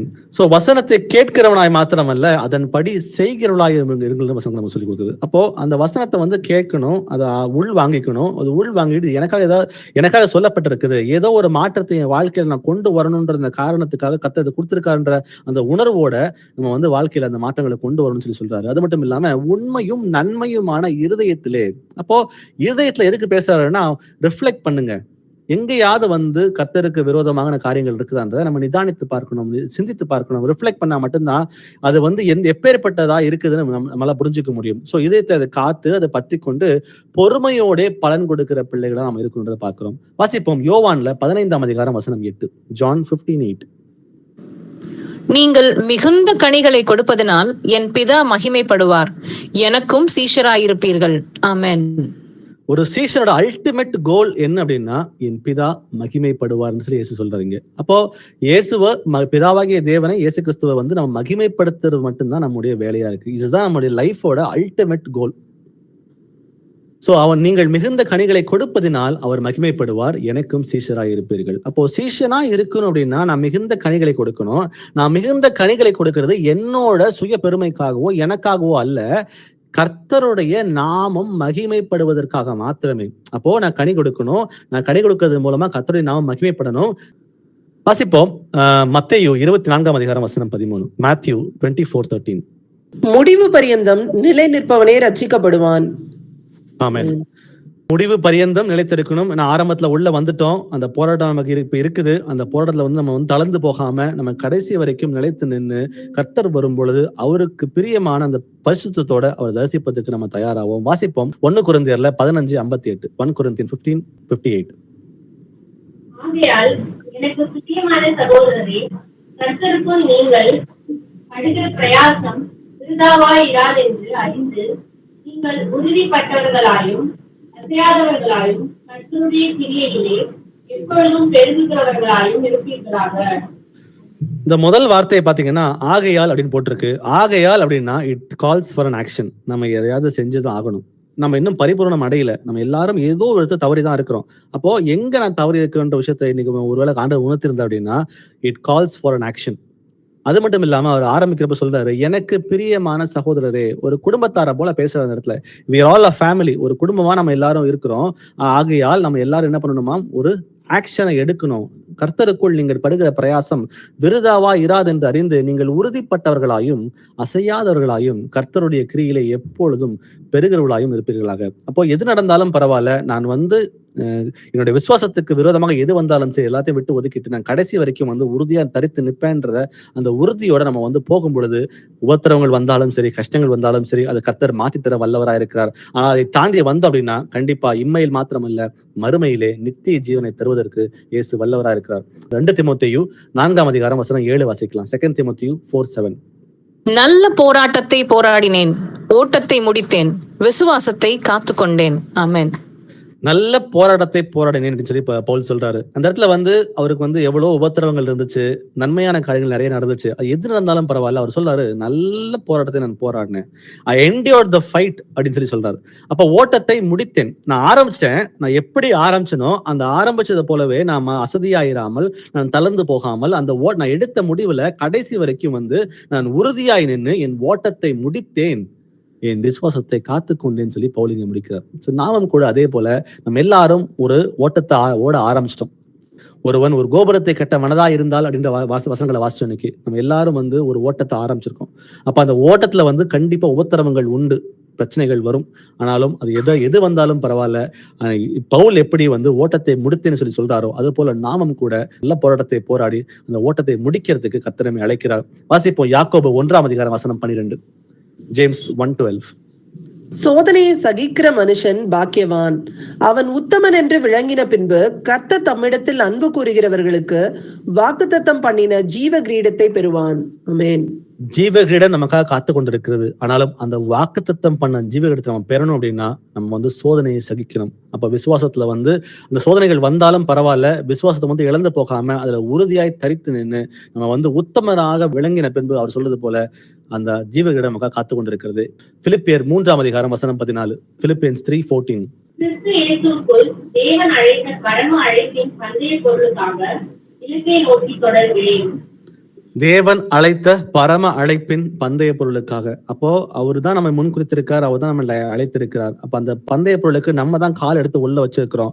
அப்போ முதல்ல வசனம் பாத்தீங்களா, என்னை பின்பற்றி வர விரும்பினால் அப்படின்னு சொல்லிட்டு அந்த காலை நீங்களும் நானும் தான் எடுத்திருக்கிறோம். இயேசுவை பின் தொடருவேன் அப்படின்ற அந்த முடிவை நீங்களும் நானும் எடுத்திருக்கிறோம். அப்போ அந்த பந்தய பொருளுக்கு நம்ம பிடிக்கணும் அப்படின்னா அந்த எண்ணங்களை எங்கேயும் சிதற விடாம பவுல் சொல்றது போல அங்க நான் நல்ல போராட்டத்தை போராடினேன், ஓட்டத்தை முடித்தேன்னு சொல்லத்தக்கதாக நாமும் கூட ஒரு நல்ல போராட்டத்தை போராடுவோம். கடைசியா ஒரு வசனத்தோட முடிப்போம். ரோமர்ல 5:3-5. ரோமன்ஸ் 5:3-5. அது மாத்திரமல்ல, உபத்திரவம் பொறுமையையும், பொறுமை பரீட்சையையும், பரீட்சை நம்பிக்கையையும் உண்டாக்குகிறது என்று நாங்கள் அறிந்து உபத்திரவங்களிலேயும் மேன்மை பாராட்டுகிறோம். மேலும் நமக்கு அருளப்பட்ட பரிசுத்த ஆவியினாலே தேவ அன்பு நம்முடைய இருதயங்களில் ஊற்றப்பட்டிருக்கிறபடியால் அந்த நம்பிக்கை நம்மை வெட்கப்படுத்தாது. ஆமென். ஆமென். அது மாத்திரமல்ல, உபத்திரவம் பொறுமையும், பொறுமை பரீட்சையும், பரீட்சை நம்பிக்கையும் உண்டாக்குகிறது அப்படின்னு பார்க்கிறோம். உபத்திரவம் வருகிறது நல்லதுதான். அந்த உபத்திரவத்தின் மூலமா நான் பொறுமையை கத்துக்கிறேன். நான் பொறுமையா இருக்கும் பொழுது என்னுடைய ஆவிக்குரிய முறையில் நான் வளர்ச்சி அடைகிறேன். அது மட்டும் இல்லாம நான் நம்பிக்கையும் நான் பெறுகிறேன் என்ற வசனங்கள் சொல்லுது. அப்போ உபத்திரவம் வருகிறது நம் ஒவ்வொருவருக்கும் நல்லது. ஆண்டவர் சொல்றது போல அந்த உபத்திரவங்களை நாங்கள் மேன்மை பாராட்டுகிறோம். மேலும் நமக்கு அருளப்பட்ட பரிசுத்த ஆவினாலே தேவ அன்பு நம்முடைய இருதயங்களில் ஊட்டப்பட்டிருக்கிறபடினால் அந்த நம்பிக்கை நம்மை ஒருபோதும் வெட்கப்படுத்தாதுன்றத அதோட இந்த பைபிள் நிறைவடைகிறது. இங்கே நான் ஒரு 3 வாரமா இதை நம்ம பார்த்துட்டு இருக்கிறோம். இன்னைக்கு கொடுத்த வசனங்களுக்கு கர்த்தருக்கு நன்றி செலுத்துவோம். நம்ம ஒரு சீஷனா மாறணும், அதான் கர்த்தர் விரும்புகிறார். ஒரு சாதாரண விசுவாசியா இருந்துகிட்டு எனக்கு இதுதான் தெரியும், எனக்கு இதுக்கு மேல வளர்றதுக்கு ஒண்ணும் இல்லை, நான் தெரிஞ்ச வரைக்கும் அப்படியே இருந்துக்கிறேன்னு சொல்லிட்டு ஒரு காம்ப்ரமைஸ் தான ஒரு வாழ்க்கை வாழாம நம்ம அந்த அறுவடை மிகுதியாக இருக்கிறது, ஆனா வேலையாட்களோ குறைவாக இருக்கிறோம். நம்ம இப்போ ஆண்டவர் நம்ம ஒவ்வொருவரையும் பொறுக்கி எடுத்திருக்கிறார். நம்ம ஒரு சிறு மந்தையாக இருக்கிறோம். ஒவ்வொருவருக்கும் ரெஸ்பான்சிபிலிட்டி இருக்கு. அந்த ரெஸ்பான்சிபிலிட்டி என்னன்றதை நீங்களே ஆண்டவர்கிட்ட கேளுங்க. கேட்டுக்கிட்டு அந்தந்த அவயம் அந்தந்த வேலையை செய்யும் பொழுது பொழுது கண்டிப்பா சரீர வளர்ச்சி உண்டாகும். நம்ம வந்து அந்த ஒரு தாளந்த பெற்றவன் வந்து அந்த பூமிக்குள்ள புதைச்சு வச்சு இருந்தது போல நம்ம யாரும் இருந்து விடாம அந்த 10 தாளந்து உள்ளவனை போலவும் 5 தாளந்து உள்ளவனை போலவும் வந்து இரட்டிப்பாக கொடுக்கிற பிள்ளைகள் நம்ம ஒவ்வொருவரும் மாறுவோம். ஒரு சீசனாக நம்ம எல்லாரும் உருவெடுப்போம். அதுதான் கர்த்தர் நமக்கு கொடுத்த செய்தி. கர்த்தர் நன்றி செலுத்துவோம். ஒரு ஜெபத்தோட இந்த கூட்டத்தை நிறைவு செய்யலாம். நம்மள யாராவது ஒருத்தர் சகோதர சகோதரிகளே நீங்க ஜெபம் பண்ணுங்க. அன்பின் பரலோக தகப்பனே, இதோ ஆண்டவரே, தாசனை மறைத்து பரிசுத்த ஆவியானவரே, நீ எங்களோடு தேவ வசனத்தை அறிவித்ததற்காக கோடான கோடி நன்றி தகப்பனே. அப்பா ஆண்டவரே, இதோ இன்றைய நாளிலே நாங்கள் முற்காலத்திலே நாங்கள் பாவிகளாக இருந்தோம் அப்பா. இப்பொழுது பாவத்திற்கு செத்து நீதியின் பிள்ளையாக உமக்கு அடிமையாக நாங்கள் வாழ்ந்து கொண்டிருக்கிறோம் அப்பா. இது ஆண்டவரே, நீர் எங்களை தெரிந்து கொண்டு விட்டீர். இனி வரும் நேரங்களில் நாட்களில் நாங்கள் உமது பிள்ளைகளாகவே சீசன் என்ற பதவியை பெற்றுக்கொண்டு அதற்கு தகுதி உடையவர்களாக நாங்கள் எங்கள் இருதயத்தை சுத்திகரிக்க கிருபை தாங்கப்பா. அதற்கு எவ்வளவு வசனங்கள் எங்கள் இருதயத்திலே போய் எழுதப்பட வேண்டுமோ அவ்வளவு வசனங்களை நாங்கள் கற்றுக்கொண்டு ஆண்டவரே, எல்லா ஆத்மாக்களையும் சீசர்களாக மாற்றுவதற்கு, எல்லா ஆத்மாக்களையும் உம்மிடம் வந்து கொண்டு சேர்ப்பதற்கு எப்படி பலன் கொடுக்க வேண்டுமோ, 30ஆக 60ஆக 100ஆக எப்படி பலன் கொடுக்க வேண்டுமோ ஆண்டவரே, பவுல் எப்படி தன்னுடைய போராட்டத்தை போராடி இயேசு கிறிஸ்துவை அறிவித்தாரோ அதே போல ஆண்டவரே, நாங்கள் இயேசு கிறிஸ்துவை மற்றவர்களுக்கு அறிவிக்கும் பொழுது எவ்வளவு போராட்டங்கள் வந்தாலும் அதில் மனம் தளர்ந்து போகாமல் சோர்ந்து போகாமல் அதில் நிலைத்து நிற்க எங்களுக்கு கிருபை தாங்கப்பா. இதோ ஆண்டவரே, நாங்கள் ஓட்டத்தை ஓட ஆரம்பித்து விட்டோம் அப்பா. அதில் எந்தவித இடரல்கள், இன்னல்கள், துன்பங்கள், துயரங்கள் எது வந்தாலும் ஆண்டவரே, அந்த ஓட்டத்தை நிறுத்தி விடாமல் இறுதி வரைக்கும் நாங்கள் விசுவாசத்தில் நிலைத்திருக்க கிருபை தாங்கப்பா. அதோ நித்திய ஜீவன் வரைக்கும், நித்திய ஜீவனை பெறுவது வரைக்கும், உமது 2ஆம் வருகை வரைக்கும் ஆண்டவரே நாங்கள் விடாமல் ஓடிக்கொண்டிருந்தோம் அப்பா. அந்த 1000 ஆண்டு அரசாட்சியை நாங்கள் சுவைத்துக் கொள்ள எங்களுக்கு அந்த கிருபையை தருவீங்க என்று நம்பிக்கையோடு இருக்கோம் அப்பா. தேவாதி தேவனே, ஏதோ பிதாவின் தேவனின் கிருபையை நோக்கி நாங்கள் செல்லும் பொழுது நாங்கள் உமது வசனத்துக்கேற்ப உண்மையான சீசனாக மாறி நாங்கள் இந்த நாட்களிலே, இனிவரும் நாட்களிலே சீசன் என்ற தகுதியை மட்டும் வைத்துக் கொண்டு நாங்கள் தேவ வசனத்தை ஆராய்ந்து பார்த்த ஆண்டவரே, ஏதோ தேவ வசனத்தை இந்த பைபிள் ஸ்டடி மூலமாகவோ இல்ல வீட்டு கூடுகை மூலமாகவோ சும்மா கேட்டு அசட்டை பண்ணி அதை விட்டு விடாமல் ஆண்டவரே, எங்கள் வாழ்க்கையிலே ஒவ்வொரு நாளும் அந்த கட்டளைகளை, தேவாதி தேவன் கட்டளைகளை கடைபிடிப்பவர்களாக எங்கள் இருதயம் இருக்கின்றதா? எவ்வளவு வசனங்கள் எங்கள் இருதயத்தில் எழுதப்பட்டிருக்கின்றதோ அந்த கட்டளைகளை கடைபிடிக்கும் பொழுது ஆண்டவரை நாங்கள் மற்றவர்களுக்கு முன்மாதிரியாக நற்கிரியை புரியவர்களாக, குறிப்பாக எங்கள் குடும்பத்திற்கு நாங்கள் முன்மாதிரியாக இருக்கும் பொழுது எங்கள் குடும்பத்தில் உள்ள மனமாறாத என் மனைவி, கணவன், பிள்ளைகள், சகோதர சகோதரிகள் யாராக இருந்தாலும் அவர்கள் எங்கள் நற்கிரியில் பார்த்து மனம் மாறி உமது பிள்ளைகளாக அவர்கள் மாறுவதற்குரிய எல்லா தகுதியும் பெறுவார்கள் ஆண்டவரே. அதற்கு எங்களுடைய நற்கிரியும் முன்மாதிரியாக இருக்க கிருபை தருவீங்க என்று நம்பிக்கையோடு ஜெபிக்கிறோம் அப்பா. ஒவ்வொரு நாளும் எங்களை வழிநடத்தி கொண்டிருக்கிறீர்களப்பா. அதற்காக கோடான கோடி நன்றி செலுத்துகிறோம். இதே போல இனி வரும் நாட்கள் ஆண்டவரே, நாங்கள் எந்த விதத்திலும் அசட்டை பண்ணாமல் பாவத்தில் செத்துவிட்டோம் ஆண்டவரே. ஒரு சிறு துளி கூட இருதயத்தில் பாவம் இல்லாமல், கரைத்திரை பிழை இல்லாமல், இதோ ஆண்டவரே, பரிசுத்த ஆவியானவரே, நீங்கள் தங்குகின்ற அந்த ஆலயம் ஆண்டவரை எப்பொழுதுமே தூய்மையாக பரிசுத்தமாக வைத்துக் கொள்ள கிருபையை தருவீங்க என்று நம்பிக்கையோடு இந்த நேரத்தில் ஜெபிக்கிறோம். எங்கள் ஜீவனோட நல்ல பிதாவே, துதி, கன, மகிமை, மாட்சி, வல்லமை எல்லாம் ஒருவருக்கே. கர்த்தராகிய இயேசு கிறிஸ்து நாமத்தினாலே இந்த கூடுகையிலே கலந்து கொண்ட அனைவரையும் ஆசீர்வதிக்கிறோம் எங்கள் ஜீவனோட நல்ல பிதாவே. ஆமேன். ஆமேன். Praise God, brothers and sisters.